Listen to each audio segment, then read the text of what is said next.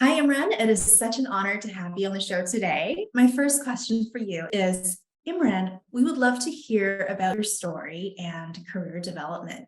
Let's start from the very beginning. How did your post secondary experiences lead you to where you are today? Thank you so much, Alina and Illuminate for having me on this podcast. My sort of career journey or story has been quite unconventional. So it's been, it's very different from most professionals that I meet now in my current role. But I did my undergraduate degree in economics, loved working with numbers, and so I thought a natural kind of progression for me would be to work in banking, which I did for a brief time, about 2 or 3 years after my undergraduate degree. And, I kind of realized, I really enjoyed the experience, but I realized that it wasn't really for me, or it was not something that I saw myself in long term. And so I decided to take a break from working and kind of go back to the drawing board and figure out, what else do I like to do? Because when you've studied economics and numbers for 4 years, and you think that that's kind of the only thing that you could potentially do, and so you kind of jump into that. But then, once you're in it, you kind of realize that you either love it or you don't, right? But there are options if you don't. So I went back to school, got my MBA, and then right when I was finishing, there was an opportunity. It was quite an entrepreneurial opportunity, actually, for York, which is where I did my MBA. Schulich School of Business was opening up a campus, or had just started a program in India, which is where I'm originally from, and they were looking for a manager to be sort of on the ground, managing the operations in India, as well as being the front facing manager or person, sort of managing recruitment, admissions, and the student experience for the program that was running in India. So kind of got into that, not really knowing much about the education sector or the higher education industry, but it seemed like an exciting opportunity at the time to do something completely different from anything I'd ever done before. Here I am 14 years later. So yeah, so it's a very, very kind of unconventional career path, but loving every day. And in hindsight, would I be in this position had I not done an MBA? No. I should go get my MBA now. I'm thinking about it. That sounds amazing. It's a fantastic experience. It's a wonderful learning experience, and it's an opportunity to kind of upskill yourself to prepare you for sort of career paths that lie ahead. But it's not for everyone, right? So and I'd love to dive deeper into that today. Yeah, and this brings me to my next question. So, you've seen a lot of professionals who want to pursue an MBA. Can you give young professionals some advice on how they would know if an MBA is the right fit and some tips while applying to the Rotman MBA?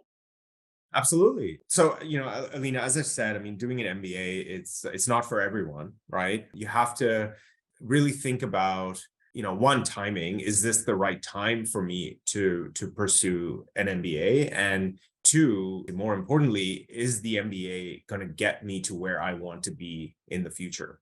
It's an investment like anything else. It's actually one of the largest investments you're ever going to make, other than maybe buying a house. So it's a massive financial investment. It's also an investment of your own time, and it's an opportunity cost because you're going to be out of the workforce for a year or 2 years, depending on how long you pick the program. There are tons of program options out there, ranging from 1 year to 2 years, and everything in kind of in between. So yeah, so really, how long can you dedicate to something like this, and is it the right time for you to be thinking about this now, or should you wait? How you determine whether it's the right time for you is really where you are at in your career. And one of the reasons we do require students to have some work experience prior to coming into the program is so that they have some context from the workplace. A lot of the learning in the MBA program is kind of experiential learning, and learning from the experience of others in the classroom that come out through classroom discussions. So you have to be working. And once you've worked for a couple of years after undergrad, you might find yourself like me. You might not want to be doing what you're doing long term, in which case it's good to pivot out of what your current industry is or job function is. And so an MBA would be a great tool for you to be able to do that. Or you might find yourself in a career that where you do see yourself sort of long term. You're happy with your career growth, the trajectory, and you love the industry that you're in. And so in that case, an MBA can serve to accelerate your career progression within that industry. So, you might be at a sort of junior or maybe mid-level management position, maybe 3 to 5 years out of an undergraduate degree. And you could continue in that same trajectory. It would probably take you another 5 to 6 years to reach a senior management position, depending on the industry that you're in. But an MBA can fast track that progression for you in 2 years. So, and it's always a cost benefit analysis, right? So if I stayed in this industry, I'd be earning X amount, multiply that by 5 years.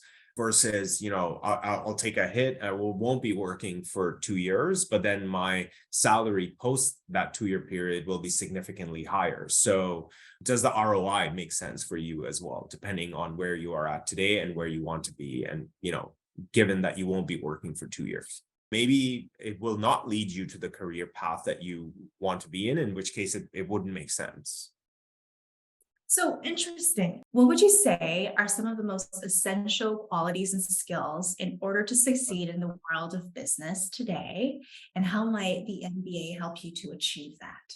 As business leaders or managers, I think the number one skill or asset you need to have is adaptability. You have to be able to adapt. I mean, it's a critical skill that you either have to learn or that you need to have. You have to be open to change. Only if you are open to change will you be in a position where you'll be seeking out new opportunities or embracing innovation and technology and making those work for you. And it's the only way you can stay relevant and competitive is by being adaptable. Because if you're adaptable, you're not going to be reactive to changes in the environment, right? Including what your competitors are doing. If you're adaptable, you will more naturally be proactive versus reactive. So I think, if you were to ask me the one and most essential skill, I would say it's adaptability for sure.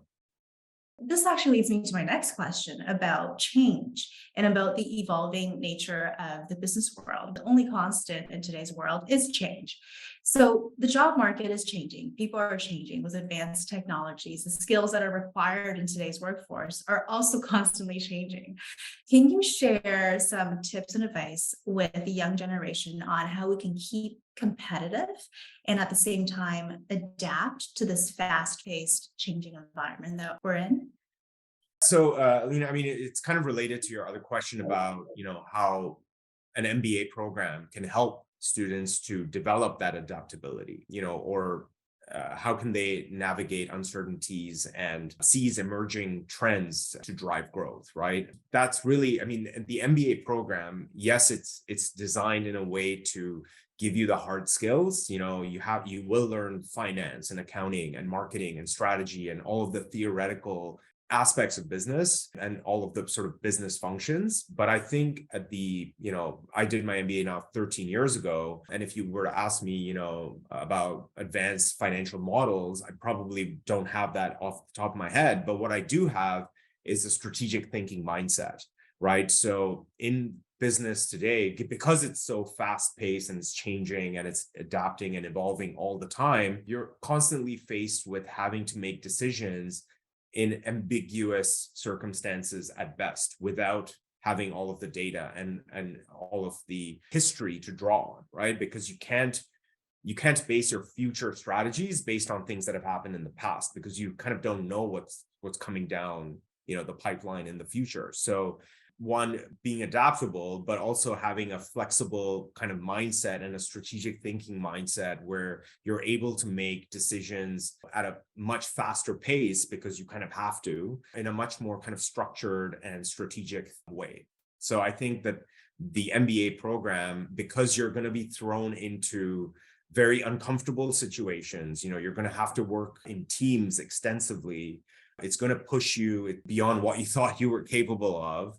as any, good MBA program should, it will develop this kind of thinking fast, thinking on your feet, making informed decisions with, ambiguous data sets. Those are kinds of skills that you learn through the MBA experience that, kind of transcend the industry or the function that you're in, and kind of helps you become successful and comfortable no matter what environment you're in or what industry or function you're interested in. We talked a lot about the strategic mindset. And my personal question to you is, how can someone develop an entrepreneurial mindset? Entrepreneurs definitely have a different skill set, I would say, or mindset when they come into a program. And I've noticed this because, we admit students into our program each year who have experience working in banking and in consulting and marketing and, tech and all of these different industries. But, I think the entrepreneurs that, come into the program, either because they're using the MBA as a way to get some formal business education to then take that and apply that into their businesses, I find that the entrepreneurs have one, they're way more adaptable because, you're a marketer one day and you're doing your taxes the next day, and then you're doing business development the day after that. And so you're kind of wearing multiple hats, right? Whereas, working professionals that are working in a defined kind of role or job are kind of experts at that one thing that they're doing, right? Versus entrepreneurs that kind of have to be a jack of all and are doing so many different things and are juggling different priorities and, often are bootstrapping. You kind of learn all the time to do a lot with very little. So I think that kind of hustle is something that, you see a lot in entrepreneurs that you wouldn't see in working professionals, which is something that is really valued and appreciated in business school. And so, how can someone develop grit? What's your opinion or thoughts on grit? Again, I mean, going back to the MBA experience, this would be a great way to try and fail. I think failure is a critical part of success. You have to fail in order to succeed. But an MBA program gives you the opportunity to fail in a kind of controlled environment. It's like experimentation. You try, you fail, you pivot, you try something else. You may fail, you may succeed, but it gives you that 2-year time where you're allowed to fail and you're encouraged to fail, because that's where the learning happens. At Rotman, we actually have programs specifically for entrepreneurs called our Creative Destruction Lab Fellowship Program. Our CDL, or Creative Destruction Lab, is essentially a tech startup incubator on campus. And so for students that have an entrepreneurial mindset or who would like to develop an entrepreneurial mindset, you can actually work side by side with entrepreneurs that are working on scaling and growing their businesses, as well as be mentored by some of Canada's most successful entrepreneurs while you're on campus completing the MBA program. So it's a fantastic opportunity for entrepreneurs as well to get some real life experience while they're in the MBA program and learn from the failures of others or the experiences of others. So that's how I would say, and an MBA program can help develop entrepreneurship mindsets. When you think back and think about when you first started and to where you are now, what would you say would be one important career lesson that you've had in your entire journey? Well, my journey has not been that long, and I'm sure there's, way more qualified and experienced business leaders that have, nuggets of wisdom to share based on decades of experience. But, in my sort of 13, 14 years of working in this industry, and I think something that you'll find common across business leaders is having a strong team. I think, you need to surround yourself with people that will help you succeed. You never have to be the smartest person in the room, and you don't need to have all the answers all the time. As long as you surround yourself with smart people, you can learn from them. As a manager or as a leader, it's your job to support them and empower them, but create an environment for them to succeed. So I think that that has been a big learning for me. And, it's funny, you can read about all of this in textbooks and while you're in business school. But I think putting all of this into practice when you're actually a manager in the real life, that's where this really helps you. I can rely on things that I've learned 13 years ago in business school and apply them into the way I work and manage my team even today. Having a strong team is not only supporting them and empowering them, making sure they have the resources that they need to succeed, but it's also about showing empathy. It's about leading from the front, and it's about trusting. You have to build trust. I think that's a very strong part of having a strong and well-functioning team, is to have that trust with them, that that your job is to really like set the goals, set the objectives, and create the environment for them to succeed and help you meet your objectives, or collectively meet the objectives of the team. Wow, thank you so much. I will be applying that. This morning I came into the office today and I realized that my team was already here 2 hours before I arrived. And to me, that was just very touching. That's when I realized that I had team members who were smarter than me, who are, in many ways capable and hardworking. So I Yeah. completely align with what you said. Imran, thank you so much for your time today and for sharing your wisdom. Pleasure. My pleasure, Alina. It was a pleasure to be here. And for those of you listening in, if you are interested in pursuing an MBA program or any master's or higher education program, there's a lot of options out there. I would encourage you to, really do your research and figure out which program might be a good fit for you. But reach out to the admissions teams across all of the programs or universities that you may be considering, because we're here to help and we'd love to stay connected and hear from you. So thank you once again.